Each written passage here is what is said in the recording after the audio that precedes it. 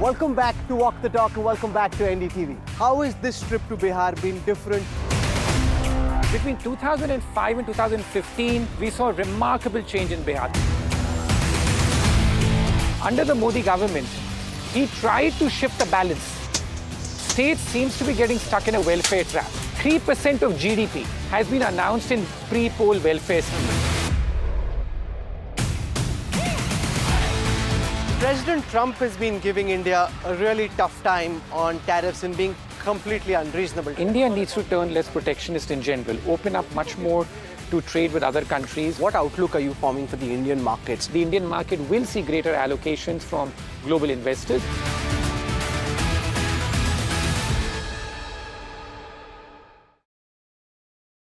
Hello and welcome. You're watching NDTV Walk the Talk. We are currently on a makhana farm in Purnia in Bihar. And my guest for the first episode of Walk the Talk is well-known global investor, thinker, Ruchir Sharma. Ruchir, what an epic setting to get Walk the Talk started. I hope you're comfortable. I hope you're well. Welcome to Walk the Talk. Thanks. It's great to have you back on NDTV. Yes. So you've been traveling the state the last few days, as you often do during elections. How has this trip to Bihar been different from the earlier trips that you've done? Well, I have to say that we started this trip to Bihar 4 days ago, but I was just comparing, like in terms of what I've seen on this trip compared to my previous trips. Our first trip was in 2005, and since then there's been dramatic change as far as Bihar is concerned. When like the dramatic change is hard to see when you're in this kind of surrounding because these things haven't changed. But I think that if I were to split Bihar's trajectory over the last 20 years, between 2005 and 2015, we saw a remarkable change in Bihar. This is my 6th election trip to Bihar of the 32 election trips I've done in India. Since 2005, we first came here in Feb 2005. Since then, obviously, if I were to compare, the change in Bihar has been quite significant at one level. But I'd say that the problem is that most of the change happened between 2005 and 2015. In the last 5 or 10 years, I feel that the state has again begun to stagnate somewhat. And the kind of poverty that I've seen on this trip has been quite heartbreaking. We were there in places even close to Patna, in places like Maner and stuff like that.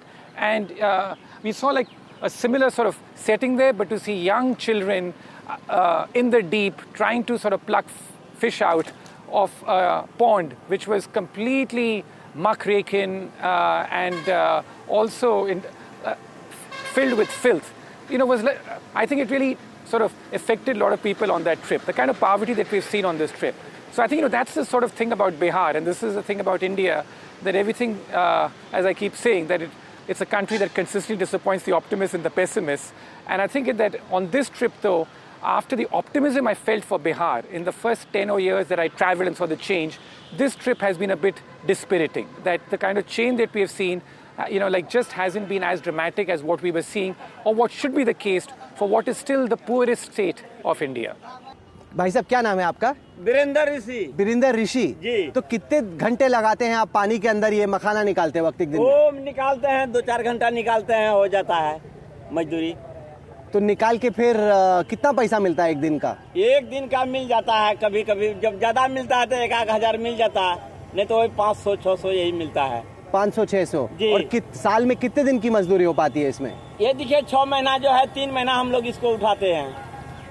तो सबसे बड़ी problem क्या है, समस्या क्या है यहाँ पे? यहाँ पे है गरीब आदमी, हम लोग ये मखाना उठा कर को खा रहे हैं। हाँ, मेहनत करते हैं मखाना पानी में कादा में से निकाल कर को, यही सब करते हैं। This is something, Ruchir, that the government is trying to push quite a lot. The makhana industry in Bihar. There's also a lot of natural makhana which can be picked. It's also a health food.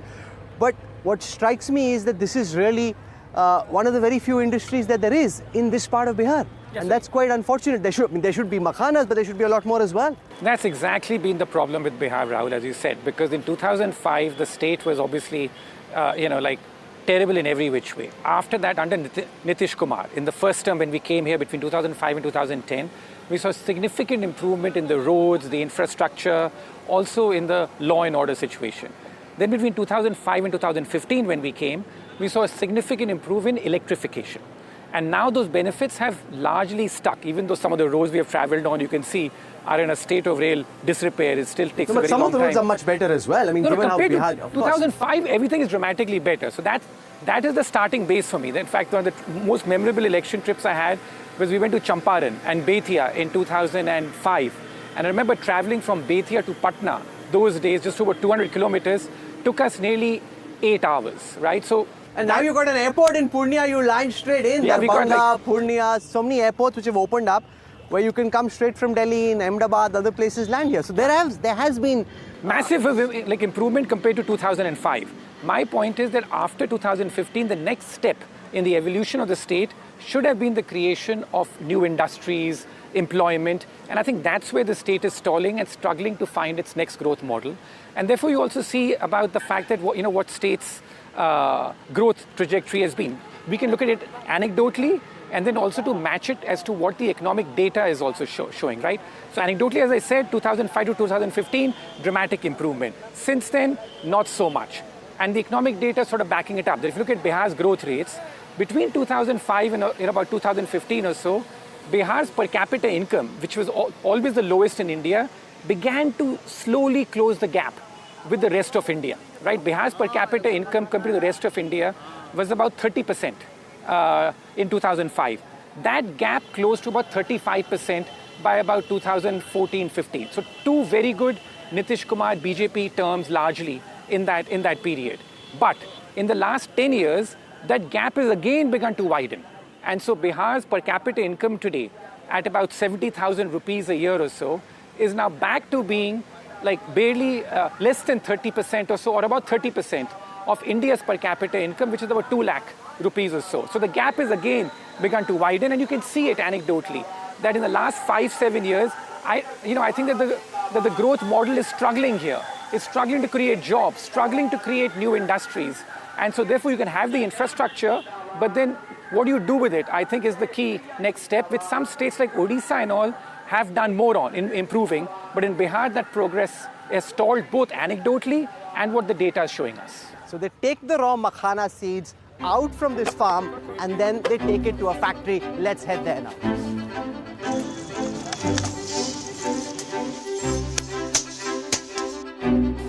From the makhana farm, we've now come to what's called a makhana factory. They're taking the raw makhanas and roasting them here.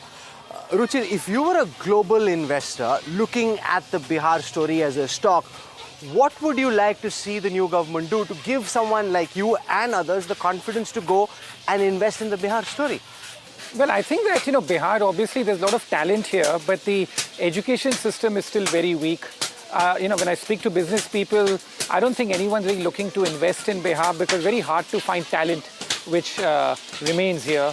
And then I also think that in terms of that, there needs to be like a vision about what industries exactly can be built here. Because as I said, what kind of industries can come? Yeah, because they're focusing a lot on agro-based industries. Is that really the best approach? Because it is a landlocked state. Yeah, that's right. So that is a real problem for them. But I also feel that in terms of things like real estate, construction, even that kind of stuff I'm finding is very hard for Bihar to pick up on. Why? So I think that it's still got to do with the residual image of what the law and order is like here. It's still got to do with the residual image about what the past, still had to do here. And also the fact that this is my big fear about Bihar, really, to be honest, that the state seems to be getting stuck in a welfare trap. And what do I mean by this? Even in this election, nearly 3% of GDP has been announced in pre-poll welfare schemes. Now, when you're spending so much money on welfare...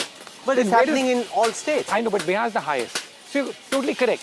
So I think that, and this has been my biggest problem as far as the India growth story is concerned, because we speak about Bihar, but I've always said so for many years, in our interviews, that why India can never be like China. Because when China was at a similar stage of its development, it was just investing everything in infrastructure. It was investing nothing on welfare, right? Because it was ruthless capitalism.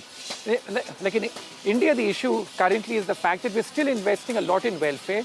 Under the Modi government, he tried to shift the balance towards infrastructure away from the welfare that the UPA was going down under. But it seems to me, and especially after the setback or however you want to describe what happened in the national election in 2024, the series of state elections after that, the amount that the state governments are spending on welfare has gone up significantly. But it's a trap because the opposition, for example, in this election, Tejasvi is promised one government job in every household across the state. And now he's done more. more. If that happens, then that's 4x the current state budget of Bihar. And that's exactly the problem. Therefore, like you said, like a welfare trap. Because one of the things that we have learned, which I'm sure you know as well, that a big swing factor in this election from the travel that we have done in the last few days has been this 10,000 rupee Jivika scheme that was rolled out by the Bihari government for women in this state, right? I think that's been a big swing factor in favor of the NDA government and possibly why at this stage they're favored to win this election. But now Tejasvi, to counter that, is promising 30,000 rupees. So I think that that's the kind of vicious loop that states get stuck in. You know, when you see scenes of poverty here, or when you see, you know, like people here, you want to like almost make, donations, charity, do grants. But at the end of the day, no growth model can be based on that. You can paper over cracks with that, but a growth model has to come bottom up, driven by employment, driven by new jobs and stuff.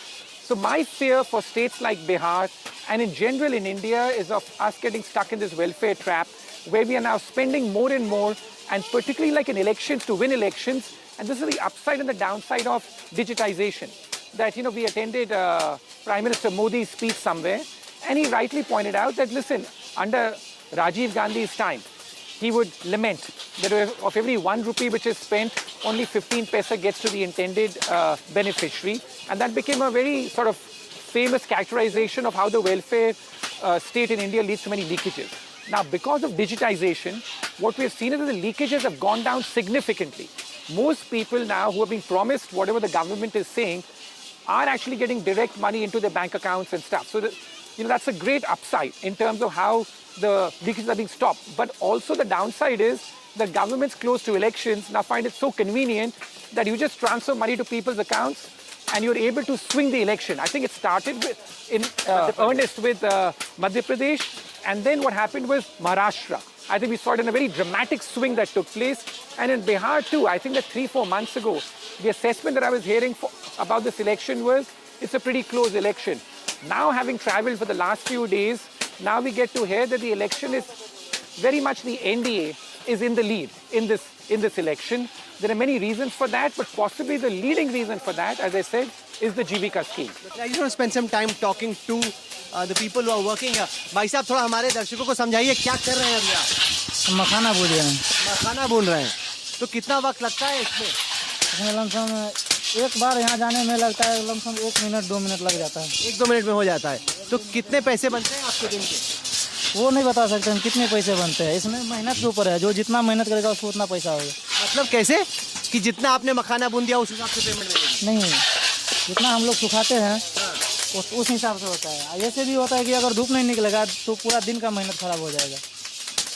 अच्छा, धूप की क्यों जरूरत है? वरना ये इसको दिन भर सुखाना पड़ता है, टाइमिंग से सुखाना पड़ता है। इसमें नहीं ज़्यादा धूप लगना चाहिए, नहीं कम लगना चाहिए। तो पिछले कई दिन से तो बहुत बारिश बंद था, काम बंद था उस दिन से।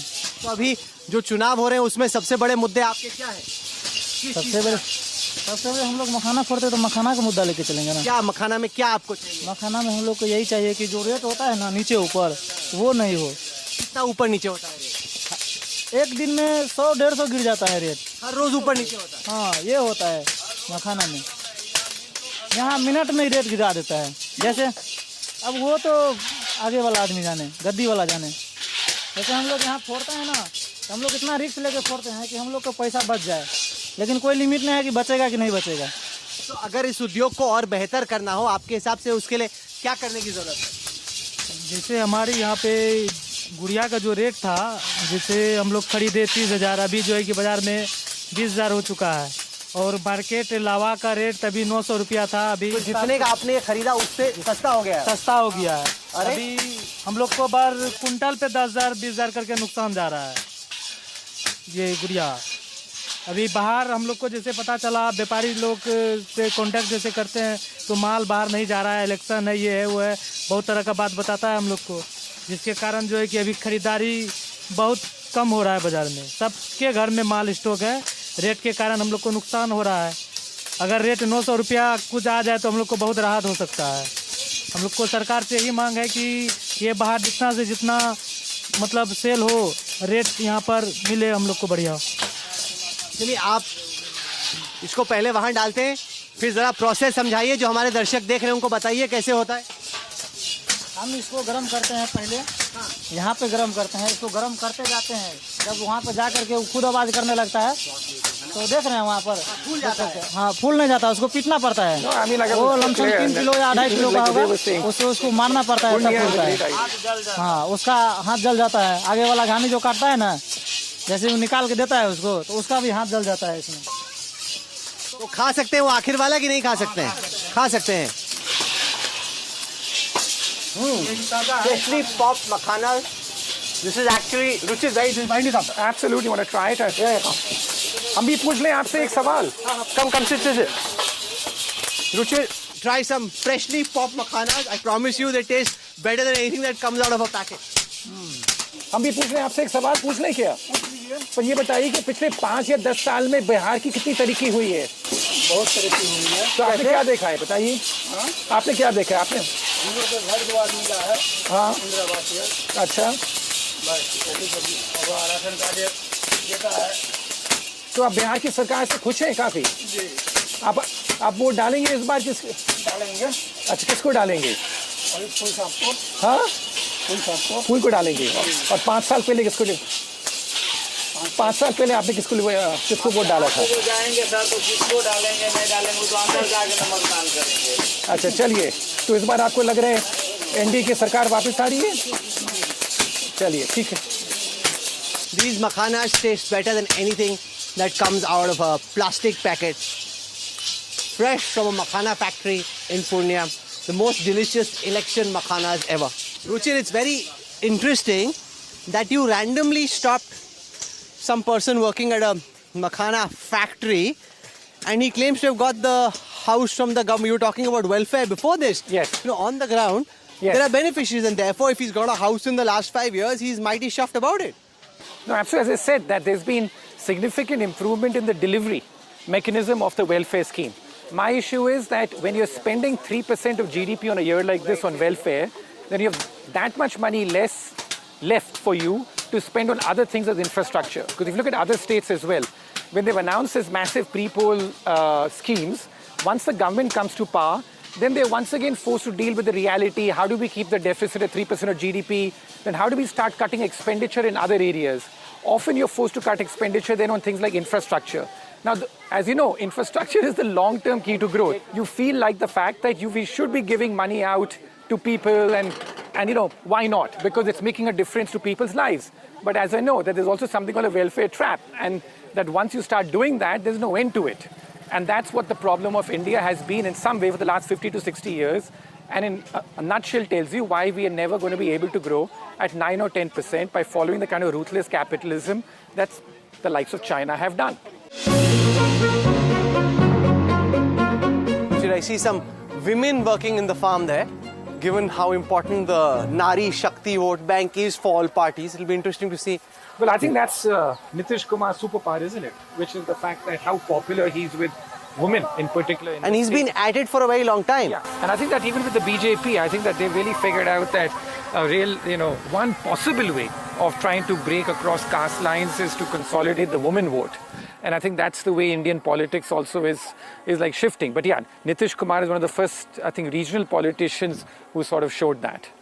No, and there seems to be a lot of support for prohibition. Like PK wants to do away with it. Apparently women don't like it. They like the idea that there's prohibition and men folk can't get hold of alcohol easily. Yeah, but I think that that's the whole contradiction, right? Which is that good politics not always good economics. Because again, when we traveled, there are a couple of things that we have learned. One, that the problem of drug abuse and smack sort of intake here has gone up a lot, and there's a lot of illegal liquor business, which is also doing unfortunately rather well, like in this state. So I think that there's a reason why most states in India don't have prohibition, only very few do. And in Bihar, the other sort of economy here is that it's just so state dependent. No state spends as much as a share of its economy as Bihar does in terms of government spending. This is the highest government spending as a share of the economy, and all the revenue is really coming from the center and the state grants. There's hardly any revenue being generated by state activity, right? So, and by obviously banning prohibition, you've taken another source of revenue away. So this is a balance that any state has to get correct. It's one thing for a state like Gujarat to have prohibition, but it's another, for a state like Bihar to have it, which doesn't have much of a local economy producing local revenues, and also the consequence of so much illegal drugs and other, liquor, which is happening, illegal liquor being in this state. But again, lots of women are happy with it. Let's find out. Let's go talk to some of the women here. दीदी, आप में से किसी को पैसा मिला, वो जो नीतीश बाबू 10,000 रुपए दे रहे हैं, आपको मिला है क्या पैसा? हाँ, मिला है। हाँ। कब मिला आपको पैसा? दशहरे लगा। हाँ? दशहरे में मिला पैसा? सीधे बैंक में आया? हाँ। हाँ? हाँ। अच्छा, तो खुश हैं आप उससे? तब खुश न रहता। खुश रहते। क्या किया पैसे का आपने? क्या करेंगे, बिजनेस करेंगे, बकरी लिए हैं, गाय लिए हैं, गाय? मशीन लिए हैं। हाँ? सिलाई मशीन खरीदे हैं? हाँ। कितना बकरी खरीदा है आप? मशीन लिए हैं 8,000 में। 8,000 का सिलाई का मशीन लिया? हाँ। क्या कीजिएगा मशीन लेके? कपड़ा सीते हैं। सीते हैं या सिएंगे? सिए हैं। सी रहे हैं? हाँ। काम लगता है, वो काम करते हैं, वो करते हैं, दोनों काम। मतलब काम लग गया तो यो भी काम करते हैं, मकई रोपने चलाते हैं, कपड़ों सी लेते हैं। और जो 50,000 रुपए और 2 लाख रुपए और देने की बात है, वो तो मिलते तब है ना कोनो काम होता। आप ट्राई करेंगी लेने के लिए? हाँ, तब दे लेवे ना तब। तो इससे कोई फर्क पड़ा? जैसे पहले आप सरकार के बारे में सोच रही थी, अब जैसे आप सोच रही, कोई फर्क है कि नहीं फर्क है? मतलब कि पहले आप सरकार के बारे में या नीतीश कुमार के बारे में जो सोच रहे थे, 10,000 रुपए मिलने के बाद कुछ बदलाव हुआ कि नहीं हुआ? हाँ? Okay, she's just happy that she's got the 10,000 rupees and she's now got some sewing machines and some bakris apparently, which she hopes to rear. Yeah, but it's interesting that not everyone has sort of received it. So, whether everyone's going to vote along those lines or no, but yes, it does seem to me that this has been a decisive factor in this election. चाची, आपको ये पैसा मिला कि नहीं मिला, ये जो 10,000 रुपए मिल रहे हैं? हाँ? मिला? नहीं? मिला आपको? हाँ। क्या किया 10,000 रुपए के साथ? बकरी ले लो छिए। कितना बकरी लिए? 4 ठो। 4 ठो? कितने का बकरी आया 4 ठो? 8,000 के। 8,000? हाँ। तो बकरी का क्या कीजिएगा? पोसबे। अच्छा, पशुपालन करेंगे? हाँ। खुश हैं इससे? तो वोट किसको देंगे? वोट की करा देंगे। अच्छा, वोट नहीं बताएंगी, ठीक है। She is happy that she is got the 8,000 rupees, और वोट किसको देना है ये नहीं बताना है, but you can see the smile. दीदी, आपको पैसा मिला नहीं मिला? आपको नहीं मिला? अरे पर आपकी साथियों को तो मिल गया, आपको नहीं मिला? नहीं मिला है। उम्मीद है कि मिलेगा कि नहीं मिलेगा? क्या पता, उम्मीद है कि नहीं है। अच्छा, ये बताइए कि आपके गांव में कितने लोगों को मिला और कितने लोगों को नहीं मिला? ये हम लोग 12 दीदी हैं, तो 12 गो में 8 गो मिला है। 8 को मिल गया? हाँ। और 4 को नहीं मिला? नहीं। अच्छा, जो तो जिसको नहीं मिला उसको बुरा लग रहा है कि नहीं मिला? नहीं, तो बुरा किसी लगेगा, ये करेगा पैसा की, वेट करेगा पैसा की। तो अगर पैसा मिलेगा तो क्या कीजिएगा उसका? क्या करेंगे, लेंगे बकरी ये लिए, अब क्या करेंगे? जैसे बाकियों ने बकरी लिया। हाँ। फिर बकरी का क्या करेंगे? बकरी लेके बकरी ले क्या करेंगे? पोसेंगे, पालेंगे उसको, बड़ा करेंगे, क्या करेंगे उसको। तो अभी आपको मजदूरी का कितना पैसा मिलता है? 250 रुपया। 250 रुपया दिन का? हाँ। कितने दिन का मजदूरी हो जाता है? कितने दिन की मजदूरी लगता है तो करते हैं, 10 दिन 15 दिन, बचना तो नहीं है। आपके हिसाब से इस वक्त आपके सबसे बड़े मुद्दे क्या हैं, दिक्कतें क्या हैं, प्रॉब्लम क्या है? पर गाँव हम लोग को कहाँ जो है, कुछ नहीं है। कोई प्रॉब्लम नहीं है? नहीं। ऐसे कैसे हो सकता है कि प्रॉब्लम नहीं? दिक्कत क्या है? दिक्कत हम लोग का क्या है, कुछ नहीं। तो ये बताइए, आप सरकार से खुश हैं? इधर सरकार से खुश हैं कि नहीं खुश हैं? सरकार से खुश हैं, सभी से खुश हैं। अच्छा, Interesting, Ruchir, that 8 out of 12 women in her circle seem to have got the money, and she's quite pleased, which baffles me no end. Just logically speaking, the man's been in power for 2 decades, anti-incumbency inevitably builds, and yet they seem quite settled with their lives and quite pleased. Yeah, well, I don't know if they're quite pleased or settled, but I think that she's not angry and furious as you might imagine her to be. Yeah, but I'd say that generally that there is no visible anti-incumbency in the state as we have travelled. Nitish Kumar still enjoys a lot of goodwill, and as we said that, so this is a different election compared to 2020. In 2020, there was in fact more anti-incumbency than what seems to be on the ground these days. Now, of course, there is. पैसा कहाँ मिला? आपको नहीं मिला? नहीं मिला। हाँ? मिलेगा, आपको उम्मीद है? उम्मीद है कि ना है, कैसे बोलेंगे? मिलेगा तो हम ना बोलेंगे जब मिलेगा। नहीं मिला हम लोग का। तो बाकी लोग जो पैसा लिया वो खुश हैं? हाँ। तो आप वेट कर रहे हैं अभी, इंतजार कर रहे हैं? इंतजार कर रहे हैं, मिलेगा तो मिलेगा, नहीं मिलेगा तो क्या करेंगे? कह रहे हैं देंगे, आपको विश्वास है कि देंगे कि नहीं? विश्वास है, जब अपने हाथ में मिलेगा तखनी विश्वास है, अभी नहीं मिलेगा तो कैसे विश्वास करेंगे? Very transactional, this is New York style mercantilism. मिला तो विश्वास है, otherwise no such thing. You want to go on a spin on the tractor around the farm? Yeah, reminds me of my childhood days. Sir, क्या नाम है आपका? मोहम्मद मुस्लिम. मोहम्मद मुस्लिम. अभी क्या चल रहा है, क्या खेती कर रहे हैं अभी आप, क्या तैयारी कर रहे हैं? यही चल रहा है, मक्का लग रहा है. मक्का बो रहे हैं? हाँ, मक्का लगा रहे हैं. कब शुरू हुआ ये? ये मक्का कल लग रहा है. कल ही से लग रहा है? हाँ. अभी शुरू हुआ है? नहीं, कल से लग रहा है. तो क्या दिक्कतें हैं अभी आपकी? कोई दिक्कत नहीं, काम चल रहा है. काम चल रहा है. हाँ. चलिए घुमाइए जरा, आपका खेत देख के आते हैं. Ruchir, at this moment in time, how do you think the Indian economy is faring relative to what's happening in the rest of the world? Well, I think that the narrative has shifted a lot, which is that a year ago at this time, India was the hottest emerging market in the world.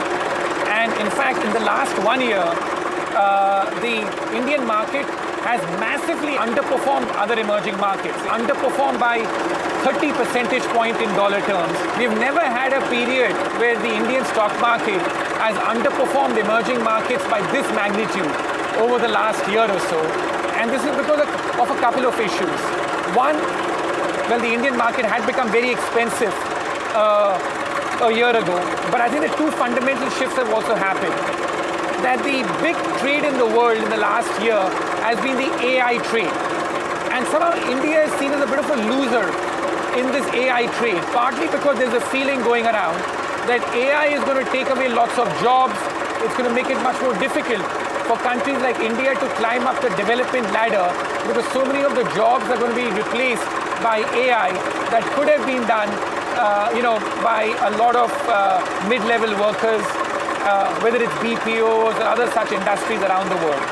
And the second thing has obviously been this ongoing trade dispute with the US, because at one point in time, India was seen to be the favored ally of the US, the so-called indispensable nation that no country could do without.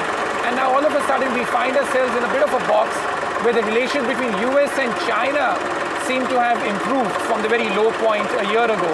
And as far as India is concerned, it's no longer being seen as this indispensable nation. And I think that those two shifts have led to, the Indian market significantly underperforming the rest of the world, and also the Indian economy too.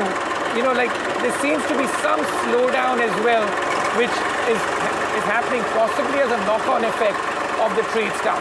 But as you know, with India, we began this show by saying my favorite line is that this is a country that consistently disappoints the optimists and pessimists, and I still believe that. So I'm not too pessimistic ever on the Indian economy, but yeah, the extreme optimism of the last year or so, that seems to have blown off. And I think that the path forward now for India is the fact that if we see that the government keeps on carrying out some more reform steps. They did something on the GST front. How significant do you think that was? Sure, that was a significant step. How much of a multiplier do you think this is actually having in the real economy? It's having some effect, but as I said, that we just can't do one thing and go on, right? We just need a series of steps going. How do we, stuff that we've spoken about for years together in our interviews, how do we make it much easier for Indian businessmen to do business here? What do we do to ease the pressure coming from, on the daily lives of people from the investigative, regulatory agency? I think all that still is work in progress that needs to be done, like in this country. But otherwise, I think that I'm resigned to the fact that we're a 6% type growing economy. That's a decent growth rate. 9-10% is not something which is within, something that we'll be able to easily achieve. And as I travel across Bihar, I take back the same message. On one, there is the hopeful message that small things can make a very big difference, because the base is still very low. But the slightly distressing message is this, that it's still taking the government to give lots of welfare schemes to satisfy people, and that money is not going to be spent on infrastructure. And as we said, that even a state like Bihar and a lot of North India, for that matter, the very strong growth rates we saw, between 2005 to like 2015, those growth rates are regressing. The per capita income gap between Bihar and Telangana now is as wide as 6 times. There are parts of that Telangana, Karnataka that you travel that feel like a Thailand or a Philippines or an Indonesia. And then there are these parts like of Bihar which still feel like sub-Saharan Africa. So that gap still is very jarring as I travel through India. But the overall story, it all adds up to, is still a country that's, cruising along at a 6% type growth rate.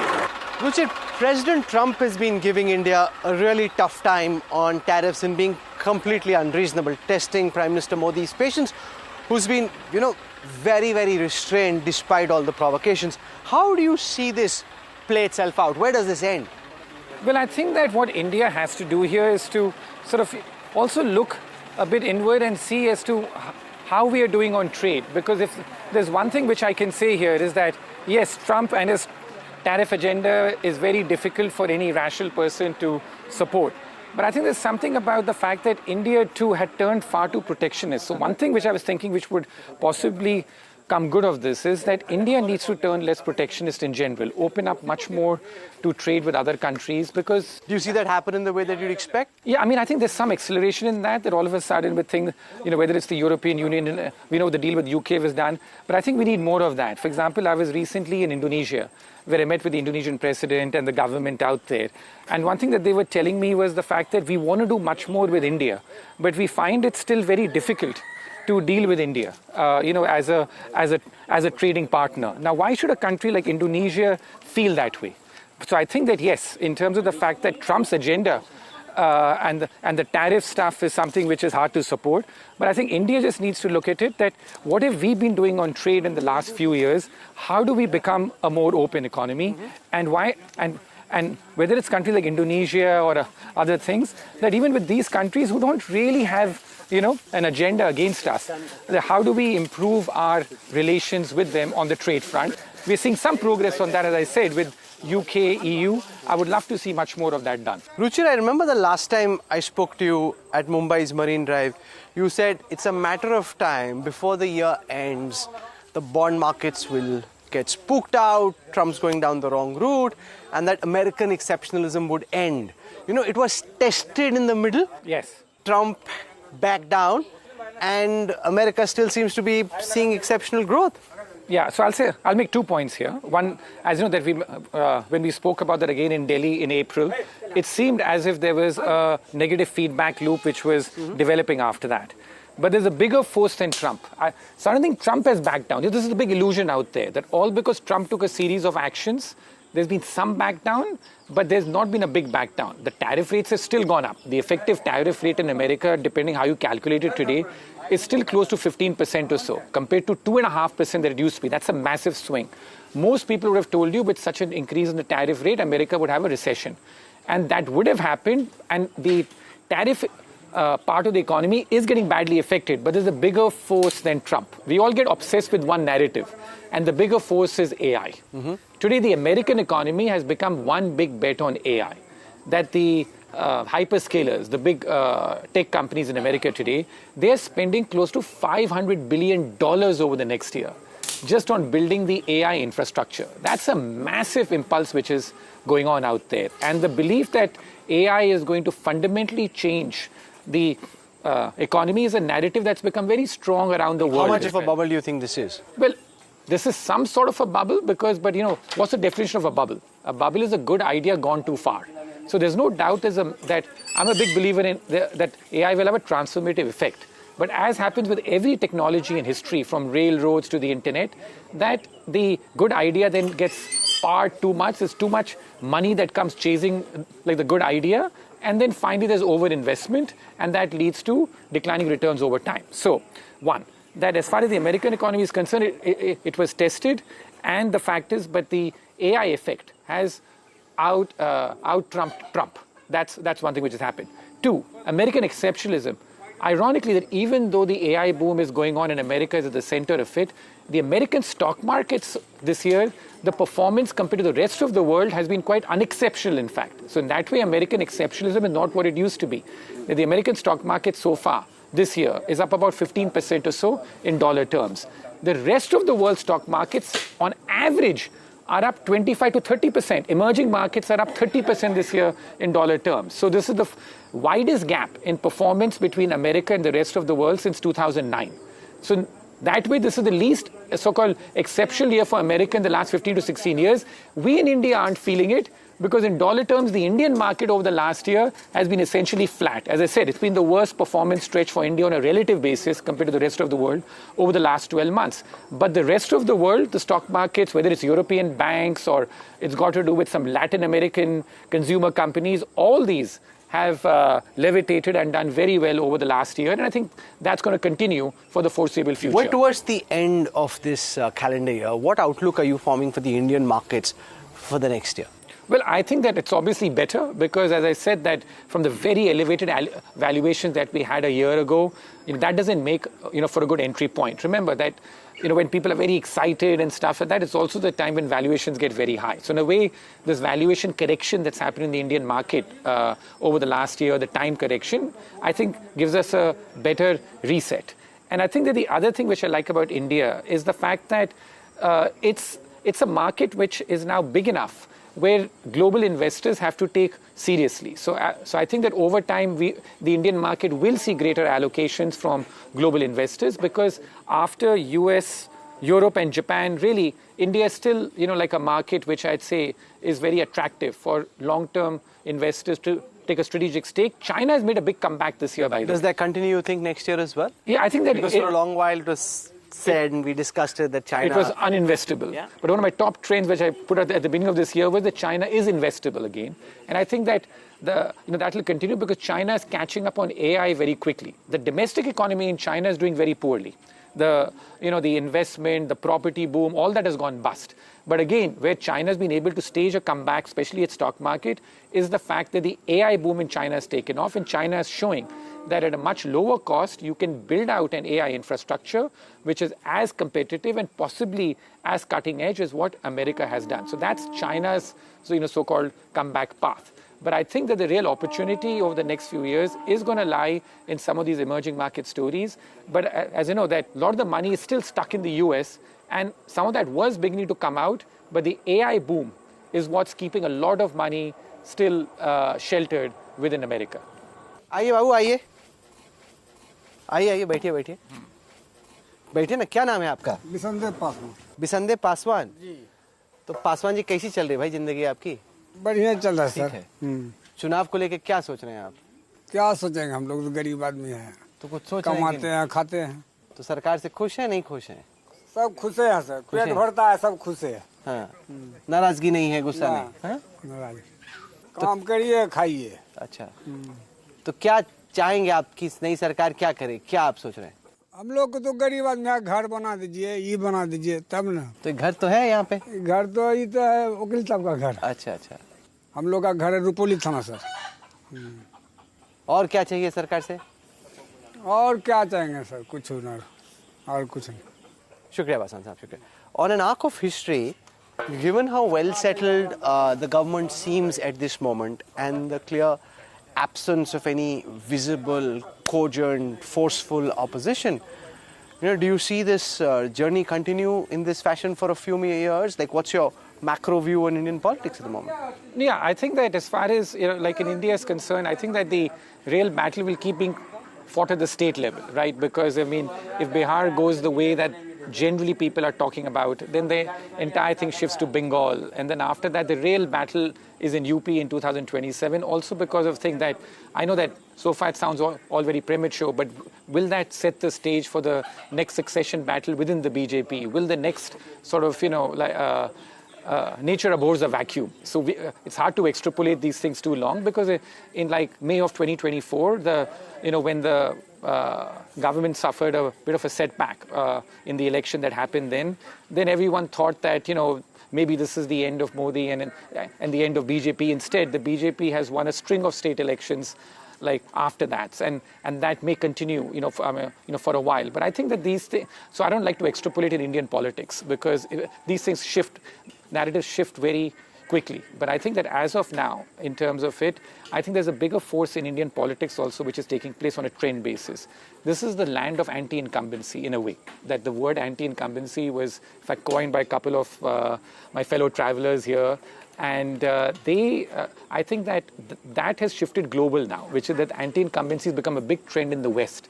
And in India, in fact, we find that there's no longer a firm trend towards anti-incumbency. In fact, state governments are now finding a better chance of winning elections, partly because they've been able to co-opt digitization, partly because they've been able to give welfare schemes, and they have better control over the state machinery. And that's something which I think is also a factor at the national level, that, you have a lot of control over the state machinery, you have a lot of control over, the agencies and stuff, and that's happening at a national and somewhat at a state level as well. And so these factors are combining to almost create a bit of a pro-incumbency, that the days, we grew up following Indian elections when 2/3 of governments would lose elections in India. Now we are at a stage where maybe more than 50% of governments are beginning to win elections in India. So that's the big shift which has happened in Indian politics over the last 20 to 30 years. Ruchir, we've spoken in New York, New Delhi, Mumbai, but I think Purnia was a lot of fun, extremely memorable. This for taking our time and joining us on the election trail. For this, the first episode of NDTV's Walk the Talk in its new avatar. Thank you very much. Well, this was a pleasure. As I said, that I travel the world, but the 1 week I spend in India every year for 30 years now, covering elections. And, everyone wants me, when I go back, everyone wants me to say, okay, what's the result going to be? And yes, you have to force and tell what the result is. But for me, this is just a journey of India, that I feel the happiest when in this 1 week around the world I travel, when I get to travel within India. So hopefully next we'll meet in Bengal. Look forward to that. Thank you so much for your time. Thanks, Rahul.